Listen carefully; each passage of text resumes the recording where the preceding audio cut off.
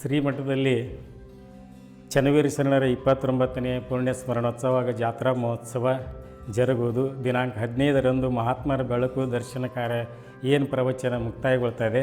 16ನೇ ತಾರೀಕು ಚನ್ನವೀರ ಶರಣರ ಮಹಾರಥೋತ್ಸವ ಜರುಗುವುದು. ಈ ಒಂದು ಜಾತ್ರಾ ಮಹೋತ್ಸವದಲ್ಲಿ 51 ಜೋಡಿ ಸಾಮೂಹಿಕ ವಿವಾಹಗಳು ಜರುಗುತ್ತವೆ. ನಾಡಿನ ಅನೇಕ ಭಕ್ತರು ಈ ಒಂದು ಜಾತ್ರಾ ಮಹೋತ್ಸವದಲ್ಲಿ ಪಾಲ್ಗೊಂಡು ದರ್ಶನಾಶೀರ್ವಾದವನ್ನು ಪಡ್ಕೋತಿದ್ದಾರೆ.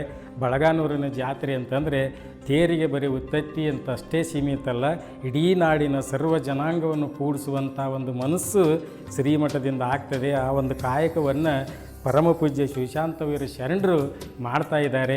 12ನೇ ಶತಮಾನದ ಶರಣ ಬಸವಣ್ಣ ಮಾಡಿರ್ತಕ್ಕಂಥ ಕಾಯಕವನ್ನು ನಮ್ಮ ಈ ಯುಗದಲ್ಲಿ ಯಾರು ಮಾಡ್ತಾರಂದರೆ ಅದು ಪರಮ ಪೂಜ್ಯ ಶಿವಶಾಂತವೀರ ಶರಣರು ಅಂತೇಳಿ ನಾ ಈ ಸಂದರ್ಭದೊಳಗೆ ಹೇಳಕ್ಕೆ ಇಷ್ಟಪಡ್ತಿದ್ದೀನಿ.